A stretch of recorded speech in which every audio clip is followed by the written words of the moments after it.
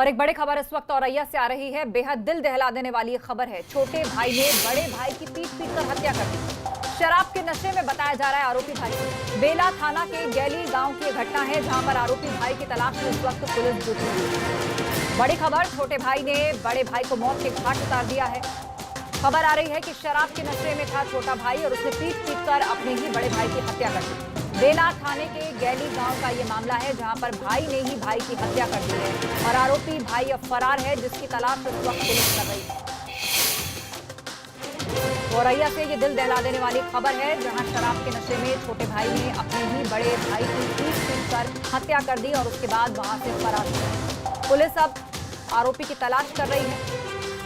जो जानकारी निकलकर सामने आ रही है वो ये कि जिस वक्त ये मार पिटाई हुई उस वक्त छोटा भाई जो था वो शराब के नशे में था। बेला थाना के गैली गांव का ये मामला है, जहां पर अब आरोपी को तलाश कर रही है पुलिस। तो ये तस्वीरें आपको विचलित कर सकती हैं। शराब के नशे में देखिए हाथ में डंडा है और ताबड़तोड़ तरीके से अपने बड़े भाई पर ये वार पर वार किए चला जा रहा है। तब तक मारता रहा जब तक कि उसकी जान नहीं निकल गई। बेला थाना के गैली गांव की घटना, किसी ने मोबाइल से इस वीडियो को रिकॉर्ड भी किया है। ये तस्वीरें आपको विचलित कर सकती हैं, हम पूरी तरह आपको दिखा भी नहीं सकते, लेकिन डंडा लेकर एक के बाद एक वार जमीन पर पड़े हुए ये अपने भाई पर किए जा रहा है और तब तक मारता रहा जब तक कि उसकी जान नहीं चली गई। और जिस वक्त का ये वीडियो है, ऐसा लग रहा है जैसे कि बेहोशी की हालत में बड़ा भाई जमीन पर पड़ा हुआ है और छोटा भाई डंडे से उसे मारे जा रहा है। इस घटना को अंजाम देने के बाद ये वहां से भाग गया और पुलिस अब इसकी तलाश कर रही है।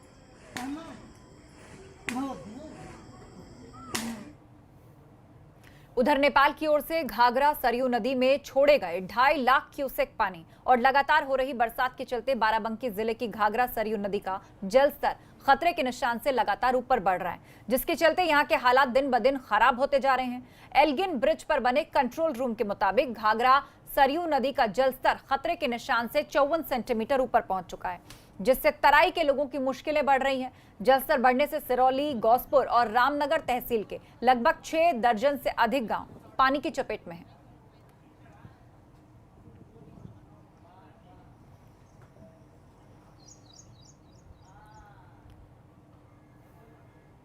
उधर रुड़की में एडीबी की लापरवाही लोगों की जान पर भारी पड़ सकती है। आपको बता दें कि एडीबी ने शहर में करोड़ों की लागत से सीवर लाइन बिछाई, जिसका काम उसने पूरा किया, पर अब एक बारिश ने एडीबी की पोल खोलकर रख दी है।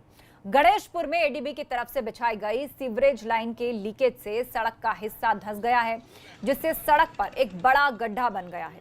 आसपास के लोगों में दहशत का माहौल बन गया है। लोगों का कहना है कि इस बारे में कई बार एडीबी और नगर निगम को कहा गया, मगर इस ओर कोई ध्यान नहीं दिया गया।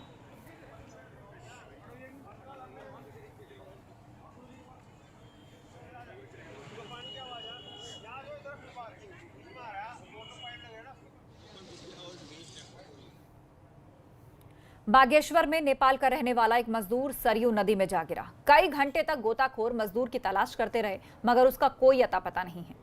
एसडीआरएफ, जल पुलिस के जवान, आपदा टीम सरयू नदी में रेस्क्यू ऑपरेशन चला रही है, लेकिन अभी तक कोई कामयाबी नहीं मिल पाई है।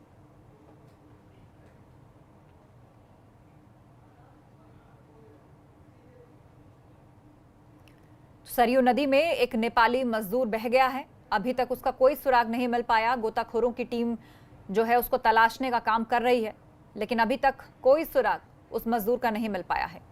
बहता पानी है और लोग अंदाजा लगा रहे हैं कि मुमकिन है बहकर वो आगे तक चला गया हो।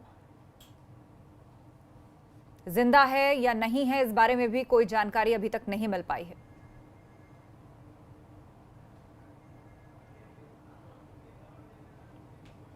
अभी तक मजदूर का सुराग नहीं लग पाया है। उधर खटीमा तहसील के मेला घाट गांव से नेपाल को खुलेआम सरकारी खाद की तस्करी हो रही है। जहां इन दिनों नेपाल और भारत बॉर्डर सील है, तो फिर भी सभी सुरक्षा एजेंसियों को चकमा देकर कुछ लोग नेपाल में खाद भेज रहे हैं। तो एक तरफ बॉर्डर सील है, लेकिन खाद की तस्करी देखिए कैसे की जा रही है। नेपाल खाद भेज रहे हैं लोग, बॉर्डर पर चोरी चुपके इस तस्करी को अंजाम दिया जा रहा है।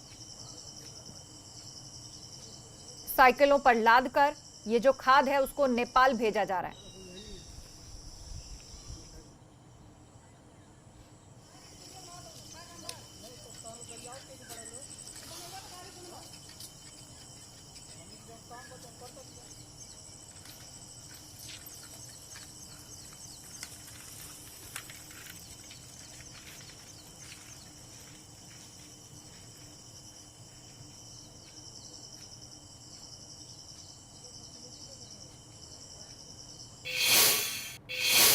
चमोली में पुल न होने से ग्रामीणों के सामने आवाजाही में दिक्कत है।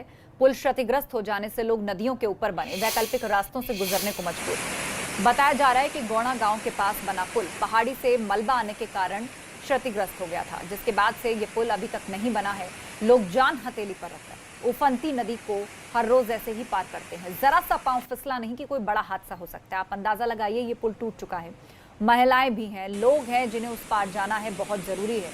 और देखिए नीचे कितनी तेज बहता हुआ पानी है। थोड़ा सा हादसा, कोई यदि इस पानी में गिर जाता है तो पता भी नहीं चलेगा कि कोई बहकर कहां पहुंचा, जिंदा भी बचा या नहीं। जान जोखिम में डालकर हर रोज ऐसा ही सफर कर रहे हैं। पुल नहीं है अभी तक, ना उसकी मरम्मत की गई है, ना वैकल्पिक पुल की कोई व्यवस्था है, जिसके कारण लोग इस तरह जान पर खेलकर रास्ते पार कर रहे हैं। और ये देखिए कितनी फिसलन है, बारिश का मौसम है, नीचे तेज पानी बह रहा है, फूंक फूंक कर लोग कदम रख रहे हैं। एक पेड़ है जो पड़ा हुआ है उस पार जाने के लिए, टूट कर गिरा है और इसी के ऊपर देखिए काई भी जमी है।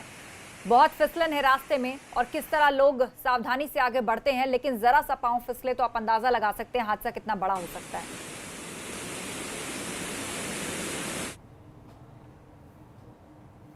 उत्तरकाशी के मोरी ब्लॉक में लोग सड़क न होने से पथरीले रास्ते से एक बीमार महिला को अस्पताल लेकर पहुंचे। बताया जा रहा है महिला काफी बीमार थी, उसे खच्चर के ऊपर बैठाकर अस्पताल ले जाया जा रहा है। ऐसे में आप इस महिला की तकलीफ का अंदाजा लगा सकते हैं। बताया जा रहा है कि मोरी ब्लॉक के अस्पताल लेकर उस महिला को ये सभी पहुंचे, जो कि गांव से करीब 6 किलोमीटर दूर है। सड़क न होने से ग्रामीण पैदल ही शहर तक पहुंचे। कई बार तो गर्भवती महिला को भी इसी तरह खच्चर पर बैठाकर अस्पताल लोगों को ले जाना पड़ता है। पथरीले रास्तों से खच्चर पर लादकर किस तरह एक बीमार महिला को 6 किलोमीटर दूर अस्पताल लोग पहुंचा रहे हैं। और ये रोज की दिक्कत है, कोई गर्भवती महिला है, हालत बिगड़ी है तो उसको इसी तरह लादकर हिचकोले खाते हुए पथरीले रास्तों से एक बीमार, एक मरीज अस्पताल पहुंचाया जाता है। ये ग्रामीणों की मजबूरी है, जैसे तैसे खच्चरों पर लाद कर ये सभी लोग अस्पताल तक जाते हैं, जिसकी दूरी इनके गांव से 6 किलोमीटर दूर है। मतलब 6 किलोमीटर दूर अस्पताल, जहां तक पहुंचते पहुंचते मरीज की क्या हालत हो जाएगी आप सोच सकते हैं। ये वो बीमार महिला है जिसे खच्चर पर बैठाया गया है। 3 लोग सहारे से उसको पकड़ कर बैठा रहे हैं, क्योंकि उसकी ऐसी हालत नहीं है कि वो यहाँ संभल कर बैठ पाए। रास्ता उबड़ खाबड़ है, बड़े बड़े पत्थर हैं, चढ़ाई है, 6 किलोमीटर इन्हें ऐसे ही रास्ता तय करना है। खच्चर पर बैठकर अस्पताल पहुंची है ये महिला।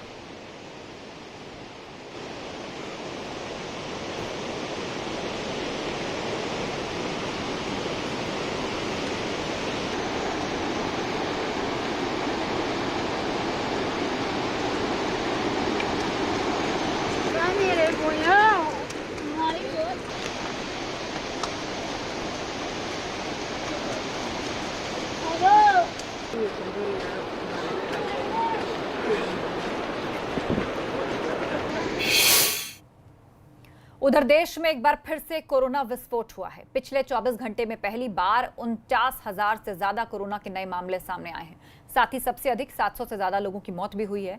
लेकिन राहत की बात यह कि एक दिन में करीब 35,000 मरीज संक्रमण से ठीक भी हुए हैं। कोरोना को लेकर भारत दुनिया का तीसरा सबसे प्रभावित देश है। अमेरिका, ब्राजील के बाद कोरोना महामारी से सबसे ज्यादा प्रभावित भारत है। लेकिन अगर प्रति 10 लाख आबादी पर संक्रमित मामलों और मृत्यु दर की बात करें तो अन्य देशों की तुलना में भारत की स्थिति काफी बेहतर है। देश में एक बार फिर से कोरोना विस्फोट हुआ है। 49,319 मामले 24 घंटे में सामने आए हैं। रिकवरी दर 63.45% हो चुका है भारत का। एक दिन में 740 मौतें भी हुई हैं। बीते 24 घंटे का आंकड़ा हम आपको बता रहे हैं। एक दिन में 34,602 लोग ठीक होकर घर भी जा चुके हैं। यह राहत की बात है। लेकिन 740 लोगों ने अपनी जान भी गंवाई है। और पूरे विश्व में बात करें तो कोरोना संक्रमण के मामले में भारत तीसरे पायदान पर है, उससे ऊपर ब्राजील और उससे ऊपर अमेरिका है।